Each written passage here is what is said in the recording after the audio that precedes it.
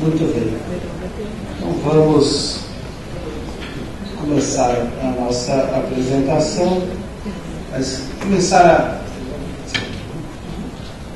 a apresentação, estou aqui com a missão de falar do ranking Abad, mas eu não poderia iniciar esse trabalho primeiro sem agradecer a oportunidade de estar aqui com o presidente, com o Oscar, e também reconhecer um trabalho importante, um trabalho de equipe. Esse trabalho começa lá, falei lá no começo no final do ano, passa por cobrar de todos os questionários, passa por uma checagem inicial, vai para a Nielsen, depois tem um trabalho intenso com a equipe da revista Distribuição, que nos ajuda ali na sintonia fina dessas informações. É assim que nós chegamos no trabalho em equipe para trazer para vocês o Ranking Abad. Uma satisfação estar aqui, rever amigos e poder falar um pouco mais aí de como é que foi essa evolução. Então, algumas perguntas essenciais. Quais são as forças que estão transformando o consumo? O professor Nelson Baizar já falou para a gente da mobilidade. Essa é uma parte dessa mudança. E dentro dessa mobilidade, dessa mudança, qual é o desempenho do setor atacadista distribuidor? Quais são os desafios que nós temos aí pela frente? E as reflexões finais. Aliás, falando em reflexão, a experiência da Tesco, que é a experiência na Coreia, está muito mais próxima, porque o Cencosud, que é uma empresa chilena e opera no Brasil, já começou no Chile com essa experiência também. Então já chegou na América Latina. Estamos com ela bem próximos da gente. Quais são essas forças? Então nós temos muitas mudanças aí, mas são 3 forças essenciais que transformam o consumo. O que nós chamamos do bônus demográfico. Pela primeira vez na história desse país, nós temos muito mais pessoas em condições de atuar no mercado de trabalho. Isso amplia a nossa base, é muito importante para o consumo. Temos a concentração urbana, que aumenta, e não estamos falando de concentração urbana em São Paulo, no Rio de Janeiro, estamos falando de cidades aí de médio e pequeno porte. Ascensão social, que é a mobilidade que nós já abordamos. Então, este envelhecimento da população e a maior parte da população na PEA, que é a população economicamente ativa, faz uma grande diferença na nossa economia. E, claro, uma mudança muito grande quando a gente olha para a concentração urbana. Isso demanda novos serviços, novos produtos, transforma radicalmente. E essa transformação ocorre principalmente para quem sempre teve o poder, né? Alguém duvidou do poder da mulher? Não. Pois é. Aumenta a presença no mercado de trabalho, ainda tem uma distância na renda, mas essa renda melhora. E isso gera demanda por novos produtos, por novos serviços, um novo olhar sobre o mercado. Então nós temos uma transformação muito grande no comportamento de compra desse consumidor. E dentro deste cenário, como é que a gente olha para o setor? 2 observações prévias antes de entrar no resultado do setor. Primeira coisa mais importante. Os senhores estão de parabéns. A cada ano, o número de empresas que participam do Ranking Abad aumenta. E por que isso é positivo? Isso fortalece o setor para atuar na defesa, não só dos interesses dos atacadistas distribuidores, mas na defesa da sociedade. Vimos aí o Instituto Abad, por exemplo, atuando. Então, cada vez que esses números ficam cada vez mais consistentes, com muito mais abertura, fortalece o trabalho da Abad. Fundamental. Então, nós temos aqui um número crescente de empresas participantes que mostram seus números e tornam pública a sua informação, beneficiando o trabalho, como o Milton citou no começo, de inteligência competitiva. O segundo ponto importante, pela primeira vez nós colocamos no ranking para entender como estão as atividades sociais das empresas. Muito bem, senhores. De cada 100 empresas atacadistas, 44 falaram para a gente que sim, tem investimento em projetos sociais ambientais. 44%. Se temos uma preocupação com a profissionalização de jovens, os senhores estão fazendo algo nesse sentido. Estão aí os números. Claro, falando também de ações voltadas para o meio ambiente, para a reciclagem. tem um trabalho intenso sendo feito no setor. Isso combina o social, o meio ambiente e questões econômicas. Afinal, se tem um órgão sensível do corpo humano, ele é o bolso. Se você não combinar o bolso, não funciona. E funciona porque isso está sendo levado em conta. São os principais números. O setor cresce a uma taxa de 8,8%, o consumo cresceu 10,8%, um pouco abaixo porque a gente tem algumas mudanças acontecendo de forma significativa. No setor de drogarias, a gente vê as drogarias independentes com desempenho abaixo e com grande crescimento das cadeias, então esse é um lado que afeta bastante o consumo. Por outro lado, aqui um desafio. Outro grande desafio é que esse consumidor, com essa mobilidade social, com novas oportunidades, ele está procurando pontos de venda que vão oferecer para eles um sortimento muito mais amplo. Ele está buscando novos produtos. Nós vamos falar um pouco mais para frente desses desafios. Mas, independente disso, quando a gente olha para o setor, e esta é a curva mais interessante, nós estávamos conversando um pouco antes, estava lá com o meu amigo Amauri, a gente estava batendo um papo, ele viu o número e falou, sempre crescente, crescendo 8,8%, 2,2% em termos reais, e representando aí 51% do abastecimento nacional. Senhores, quando nós falamos de produtos de largo consumo, de alto giro, estamos falando de 1 milhão de pontos de venda, um pouco mais. E o setor atacadista distribuidor é responsável por abastecer 51%, mais da metade. E nós sabemos as condições que o setor atacadista distribuidor opera.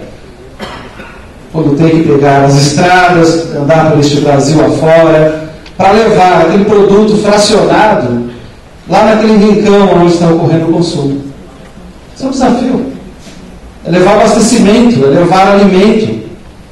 É fazer com que o programa de Bolsa Família, que está relacionado diretamente ao consumo de produtos aí básicos, atenda a população que estão aí, essa população que está distante dos grandes centros. Então, um setor que cresce, que vocês vão ter muito mais detalhes, claro, na revista Distribuição. Não perca a sua edição na saída, para vocês terem acesso a muito mais detalhes do que nós estamos falando. E por falar nessa edição, quais são esses principais números? Nós estamos falando no faturamento das empresas que estão no ranking de 52 bilhões, que aumentou, então muito mais, como disse para vocês, muito mais empresas participando do ranking. 4 milhões de áreas de armazenagem, só das empresas que estão no ranking, um aumento de 13%. 10 mil veículos em termos de frota própria, 92 mil funcionários, excluindo os vendedores, 6% a mais que no ano anterior. Cresce o número de vendedores via CLT, o que mostra para a gente uma grande mudança aí no setor, do modelo do negócio, ou seja, o setor está mudando de modelo que vai do representante comercial para a equipe própria, para atender de uma forma diferenciada o varejo, o que mostra caminhos que estão sendo seguidos, alternativas para poder atuar nesse setor. Aí nós temos as 5 principais empresas dentro de cada modalidade. No setor, o atacado distribuidor propriamente dito. Temos o atacado de balcão, vamos ter aí o atacado por autosserviço e vamos ter o operador. Lembrando que neste ranking não necessariamente o faturamento soma 100%, por uma razão muito simples. Nós distribuímos o faturamento por modalidade de negócio, para permitir, dentro de cada modalidade, compreender essa dinâmica. Muito bem, nós falamos do setor que cresce, no setor que cresce continuamente, que cresce acima da inflação, de extrema importância para o abastecimento nacional. As empresas aí que se destacam, mas tem desafios. Desafios que ensino para os senhores, que é o desafio da interiorização do consumo. Não é São Paulo, não é Rio, nós estamos falando de produtos mercearistas, então nós estamos falando de uma interiorização desse consumo. Que, no geral, essa economia que pulsa no interior, ela cresce, quando nós comparamos as capitais com o interior, em termos de consumo, muito mais no interior, com exceção do Nordeste, que as capitais têm aí um desempenho excelente, mas, no geral, o interior é que predomina nesse desenvolvimento. Não está no grande centro. O Brasil está mudando, e isso é positivo. Nós desconcentramos a economia, o consumo, o que é benéfico para todos. E, claro, quando nós falamos nisso, os supermercados, as empresas de grande e médio porte também vão ter suas estratégias para atuar nesse setor. Então, se nós pegarmos as cadeias nacionais, as 4 maiores, elas têm uma parcela de loja de vizinhança que vai até uns 1.000 metros quadrados, por aí. E as cadeias regionais, onde predomina o supermercado, entre 1.000 e 4.000 metros quadrados. Só que essa expansão, seja das cadeias com atuação nacional ou das cadeias regionais, elas vão para a loja de vizinhança, loja de menor porte. As razões, as mais variadas. Então, são vários fatores que convergem para este formato. Mas é essa a estratégia que a gente pode observar analisando os números de crescimento das empresas. Bom, o setor também cresce, acompanhando essa dinâmica de interiorização da economia. O que nós fizemos aqui? Nós pegamos o faturamento do setor, das 428 empresas, pegamos os 20 e formamos 4 grandes grupos. O primeiro grupo, dos 21, representando 25% do faturamento dessas empresas, de 26 a 50, de 51 a 75 e de 76 a 100. Para entender onde estava o crescimento. Então, nós chamamos aí dos quartis. Então, o primeiro quartil, que é 25%, as primeiras empresas no ranking que estão lá no topo, elas tiveram uma variação do faturamento aí em torno de 5,4%, sendo que predominantemente são empresas cuja matriz dessas empresas está na capital. Claro, tem empresas que a matriz está na capital, mas operam no interior, mas aqui é um referencial, seja do desafio de operar um negócio à distância, onde está de fato ocorrendo o consumo, seja por questões estruturais de acompanhar essa dinâmica, essas empresas cresceram em uma taxa de 5,4%. O segundo grupo, que já seriam as empresas aí de porte médio, cresceram 36,8%. Sendo que metade dessas empresas estão no interior do país, no escritório central. Não estão na capital, nenhuma delas está na capital, dessas 50 empresas, 50%. Isso já mostra aquilo que nós, confirma o que nós demonstramos anteriormente. O consumo, o país, caminha na direção do interior. Aí não dá para entender uma medida que os caminhões escolhe-se um modelo que não atende à necessidade de consumo. Quando nós precisamos de melhores estradas, de melhor infraestrutura, porque o consumo pulsa no interior, a infraestrutura não acompanha essa dinâmica. Quando a gente olha para o terceiro quartil, já é outro grupo de empresas, também crescendo aqui em torno de 12,9%, sendo que 80% da série dessas empresas já também estão no interior. E o último grupo também crescendo aí a uma taxa de 15,2%, sendo que aqui já 47% estão no interior. Mas na média, as empresas que mais cresceram estão no interior do país. Muito bem. E aí entra um novo desafio, afinal de contas, é atacarejo, é cash and carry, o que nós queremos operar? Para entender isso, nós fizemos uma pesquisa junto ao pequeno varejo. Nós fizemos entrevistas com clientes nas lojas do chamado atacarejo, do cash and carry, e combinamos com umas outras informações que nós temos dentro da Nielsen. Bom, primeiro fator, de cada R$100 aí, vendidos nessas lojas, em termos de higiene e beleza, 73 vai para o consumidor final. Claro, a hora que nós olhamos para a mercearia que está aqui na outra ponta, praticamente metade é para o consumidor final e a outra metade fica com o transformador e também com o varejista.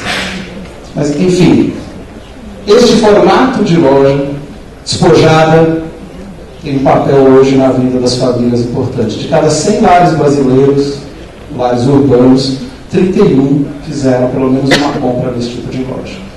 E aumentaram aí quase 2 milhões de novos usuários comprando no Cash and Carry no Brasil. Então, é uma opção aí do hipermercado. Isso não é decretar o fim do hipermercado, tem regiões que crescem, ele muda de formato, se acomoda num novo patamar e o consumidor tem mais uma opção no Brasil. Consumidor este, de acordo com a mobilidade social, olha para o varejo de uma nova forma. Se nós olharmos as classes D e E, ele está procurando a experimentação dos produtos aspiracionais. Ele quer a marca líder, ele quer um produto que ele vai se identificar, que ele tem necessidade, quer consumir e não tinha oportunidade e hoje ele tem. A classe C quer quer recomprar esses produtos aspiracionais que eles tinham na lista. Compraram, gostaram e não querem mudar. Esse é o desafio. E as classes A e B querem sim ganhos de escala, que é o pacotão, que é outras oportunidades de economizar também, ou nichos específicos, com produtos bem sofisticados. Então, esse é o consumidor que vai mudando. Atender esse consumidor significa olhar para o portfólio e rever o portfólio de produtos.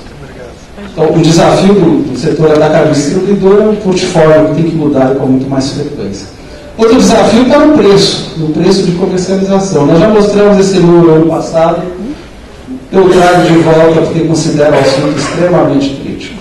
Senhores, cada supermercado entre 1 e 4 caixas ou checkouts recebe por semana 11 vendedores. 11!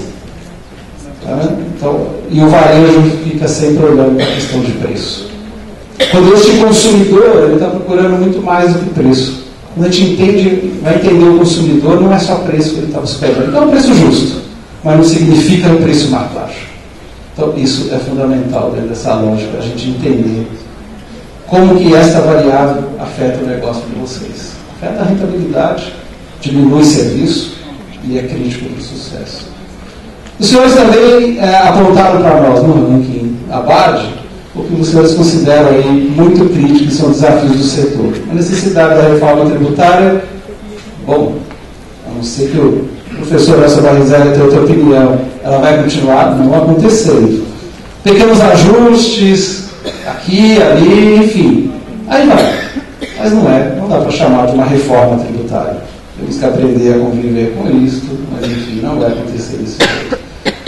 Não impede a gente atuar para que alguma coisa aconteça. Isso é completamente diferente de exercer a nossa cidadania. Muito valorizado pelo setor, a pontualidade na entrega por parte da indústria. Muito importante capacitar a força de vendas, transformando essa força de vendas em consultores de negócio. Fundamental. Se nós queremos que este varejo independente seja competitivo, certo? Que ele tenha um negócio que seja sustentável ao longo do tempo, a equipe comercial precisa, indiscutivelmente, apoiar o desenvolvimento do varejo independente no Brasil. Seja no portfólio, seja no sortimento, seja na gestão do estoque. Tem vários aspectos aí do negócio, de entender o seu cliente, que precisam ser levados em conta. Muito preocupante a falta de equipe com treinamento adequado para entender e atender este consumidor final. São alguns desafios que os senhores apontaram, mas, mesmo diante dos desafios, o setor nunca teve tão otimista. Olha só, teve sim, lá em 2007 estava 95% aqui, mas continua. 95% praticamente dos executivos que responderam à pesquisa disseram que vai crescer o faturamento neste ano de 2012. Muito bem. Extremamente otimistas com o crescimento do faturamento do setor, mas mais do que isso, 75% esperam um crescimento em 2012, com uma melhor rentabilidade no ano de 2012. Então não é só crescer o faturamento, é crescer a rentabilidade aí do negócio. Então, o verde é a nossa esperança, o brasileiro, qualquer estudo que a gente faz, o brasileiro é um dos mais otimistas, que mais adota a tecnologia, embora não funcione direito, mas nós gostamos muito de tecnologia, adotamos tudo. Destruímos o Orkut em pouco tempo, né? O Orkut foi famoso no Brasil, de repente sumiu, só tinha brasileiro usando, agora mudou, mas nós gostamos de tecnologia. Nós temos mais de 200 milhões de celulares, embora nós não temos 200 milhões de habitantes. Então nós gostamos de tecnologia, sim.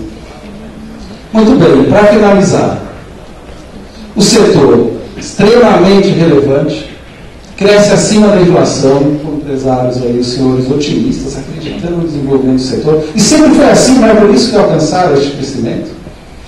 Com desafios que é a interiorização do consumo e o custo do Brasil, uma necessidade de rever o portfólio de produtos, o consumidor está mudando.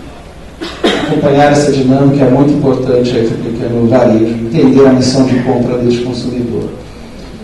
Uma concorrência focada em preço é um grande desafio, temos que mudar.